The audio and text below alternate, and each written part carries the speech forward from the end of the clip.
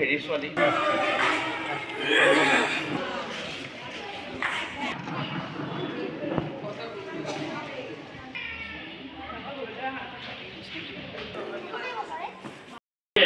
যে দুজন ৰাষ্ট্ৰপতিৰ লগত আপুনি কথা হ'ল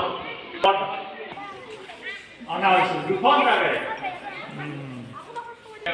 সকলো হেততে পাছত তাৰ লগে লগে যে কি হয় চৰিহাট কৃষক শ্বহীদ স্মৃতি পুথিভঁৰাল যুৱক সংঘৰ উদ্যোগত আজি ৭/৭/২০২৪ তাৰিখ ৰবিবাৰে ৰাতিপুৱাৰে পৰা আমি কৃতি ছাত্ৰ ছাত্ৰীৰ অভিনন্দন অনুষ্ঠান আৰু চিত্ৰাংকন প্ৰতিযোগিতা আৰম্ভ হয়।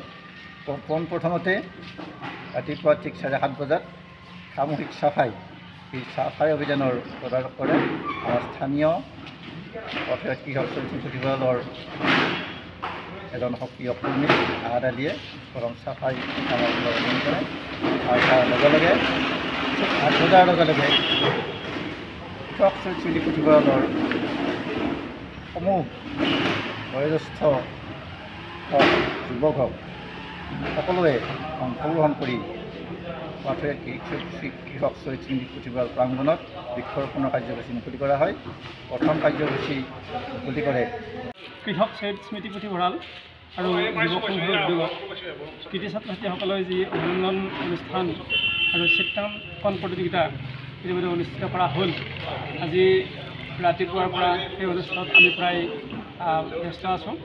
অতি আৰম্ভণিতেই বৃক্ষৰোপণ কাৰ্যসূচী হ'ল, তাৰ ঠিক পিছতে চিত্ৰাংকন প্ৰতিযোগিতা, তাৰপিছত কৃতি ছাত্ৰ ছাত্ৰীসকলক অভিনন্দন আৰু মাজে মাজে বক্তৃতা অনুষ্ঠানো হৈছে। ইয়াত আমি ছাত্ৰ ছাত্ৰীসকলক সম্বৰ্ধনা জনোৱাৰ লগতে তেওঁলোকক অভিনন্দনমূলক ভাষণত শিক্ষা আৰু সমাজৰ দায়িত্ব সম্পৰ্কত আমি কিছু কথা ৰাখিছোঁ। আমাৰ বক্তাসকলে তেওঁলোকৰ ভৱিষ্যতৰ পৰিকল্পনা কেনেধৰণৰ হ'ব সেই সম্পৰ্কতো তেওঁলোক কিছু দিহা পৰামৰ্শ দিছে আৰু লগতে এই পুথিভঁৰালৰ যিটো দায়িত্ব পুথিভঁৰালৰ মাধ্যমেৰে কেনেকৈ মানুহ উপকৃত হ'ব পাৰে, এখন সমাজত কেনেকৈ শিক্ষা বিস্তাৰ আৰু বৌদ্ধিকতা বাঢ়িব পাৰে আৰু সমাজৰ সুস্থিৰতা বাঢ়িব পাৰে এই সম্পৰ্কত আজি আলোচনা হ'ল। আৰু ইয়াতে গাঁৱৰ ডেকা বুঢ়াকে ধৰি ছাত্ৰ ছাত্ৰীসকল আৰু গাঁৱৰ ৰাইজ উপস্থিত আছে, সৈনিক সমাজ উপস্থিত আছে আৰু তেওঁলোকে এই ভাষণ প্ৰসংগত এই অনুষ্ঠানৰ প্ৰতি অভিনন্দন জনাইছে। এনেকুৱা অনুষ্ঠান হৈ থকাটো বিচাৰিছে। পথৰুঘাট এখন ঐতিহাসিকভাৱে বিখ্যাত ঠাই। ইয়াত পথৰুঘাটৰ ৰণ হৈছিলে আৰু এই পথৰুঘাটৰ ৰণত ১৪০জন কৃষকে ব্ৰিটিছৰ সৈতে যুদ্ধত নামি তেওঁলোকে শ্বহীদ হৈছিলে আৰু তাৰ পিছৰ পৰাই এই ঠাইখন বিখ্যাত হৈ পৰে। এয়া আছিলে কৃষি আন্দোলন।